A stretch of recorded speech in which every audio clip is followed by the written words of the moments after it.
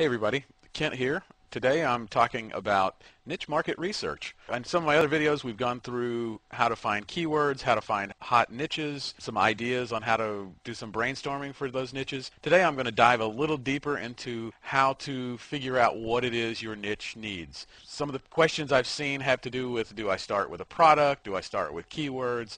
This is the definite method that I recommend. First start with a niche and then kind of dive a little deeper into find what their needs are.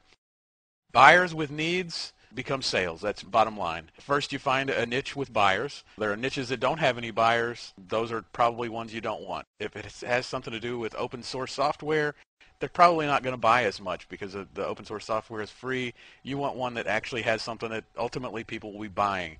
If I'm a outdoorsman, trekker, hiker, I'm going to be buying backpacks. I'm going to be buying trekking poles, maybe a GPS, tents, those kinds of things. That is a niche with buyers. We also need to make sure your buyers have money. Again, with that example, if I'm an outdoorsman backpacker, I'm going to have some money because it's a fairly expensive hobby, at least to get going. Once you're going, of course, it doesn't cost as much, but some of that stuff is pretty pricey. So those buyers do have money. If I'm marketing to webkins, however, the parents of those buyers have money, but the kids may not as themselves, so you have to be careful with some of the niches. There may be a niche that has buyers, but the buyers may not have any money, so you have to be a little bit more careful about who you're going to target. And then the last thing is you need to make sure your buyers have needs that need to be filled. Almost every niche does. Your trick is to find what that need is. Now, if you haven't been there before, I have more ideas on getting started with niches at nichetrends.net. Today we're going to talk a little bit about finding those buyers' needs and how you can go about doing it. You can always start with your own experience. The example that I like to use a lot is geocaching. It's a hobby. If you haven't heard of it, it's a hobby that's available out online. It involves a GPS and some other stuff. That was something that I did with my family. I developed my own set of needs. I knew what I needed because I had done the hobby before. So that would be a good one for me to go into because I have the experience. I know what the questions people have. I could easily tailor my marketing to that niche and the needs of that niche. If you have some experience in anything, be it a hobby, be it work, anything at all, that's probably your best place to start. You've probably heard it before, but the reason is you understand what those buyers need. The other thing you could do is talk to others and kind of leverage their experiences as well. The third way, and what I'm going to talk about in this video, is market research. You can do much of that online. I start with forums.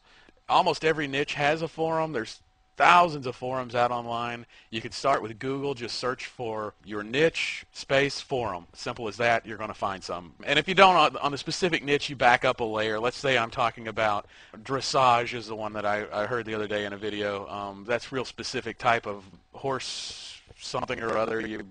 I don't even know the details, but you might have to go up one layer and look at horses in general instead of the real specific niche. You can also find blogs if you frequent some blogs about the niche or go look for blogs about the niche. Oftentimes you can find that the authors of the blogs refer to forums that they're members of and maybe even have links to those forums. Those would be popular ones because you're finding people that actually use them. And then the other thing is forum directories. There are directories out online that list forums that are available. What we're going to cover today is bigboards.com.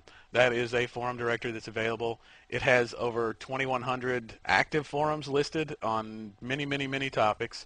And one of the cool things about it is it shows you specifics of how many members are on the forum, how many posts are on the forum, so you can get some ideas on which ones really have some value, which ones don't. So let's flip over there real quick. This is big-boards.com. And you'll notice right off the bat it starts off with the sorted by number of posts, all the boards sorted by number of posts. And I just immediately saw this Gaia Online. It's an anime role-playing community that has 1.3 billion posts.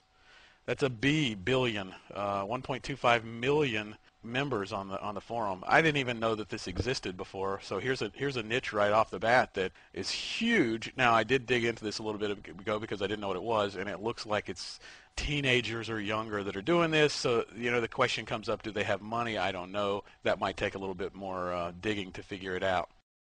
So one of the things I'm going to do right off the bat is change this filter to English because I speak English. I don't know other languages, so we're going to kind of target that.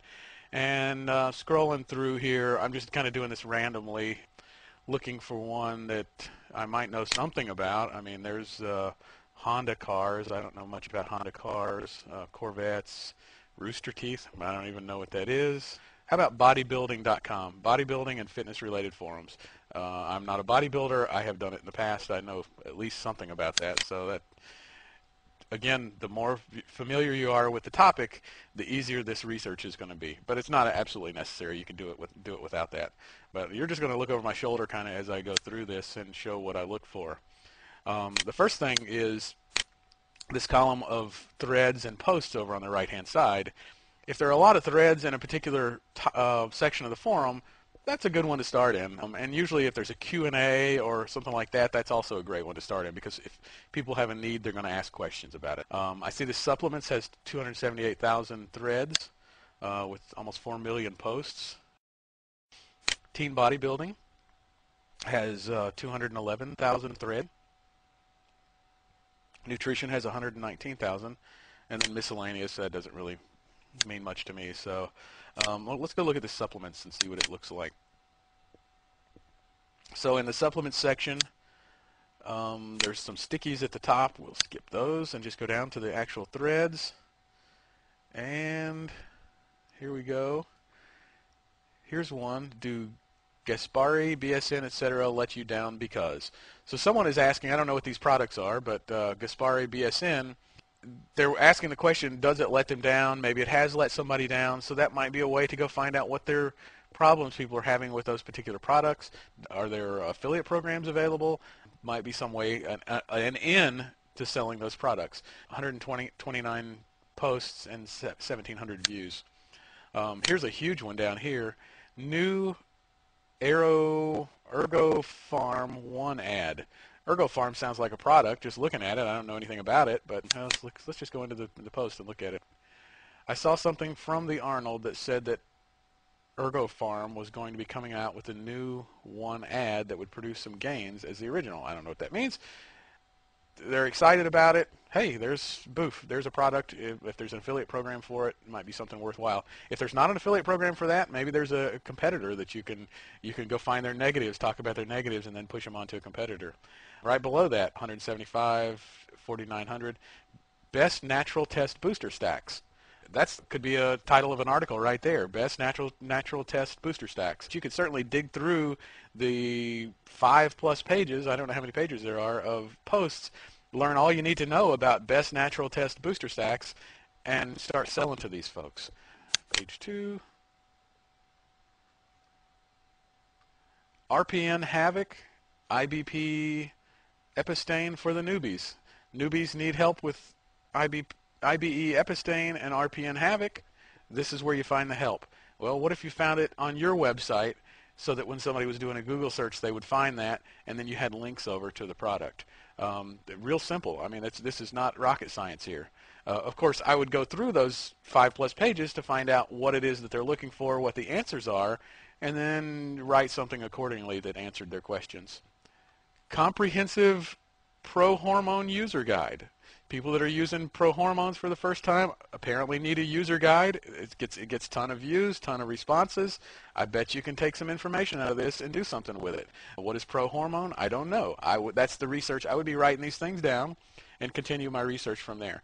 So let's assume that my niche that I chose was bodybuilding nutrition. I come over here and look around. I find a whole bunch of these kinds of things. I'd start answering some of these questions or putting out the ones that seem appropriate, find some products, and then go from there. So that's basically how I do it.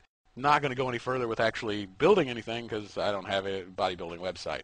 But the key, find your buyer's needs. You can do it out on these forum directories online. That's a great place to start.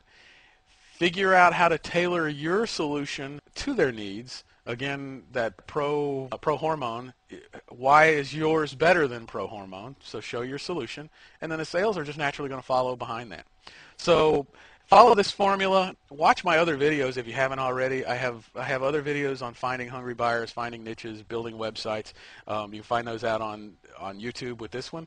Also, be sure to visit nichetrends.net. I have some freebies over there, including a guide to really hot stuff that's available in 2008. Thank you. I look forward to talking to you again in a later video.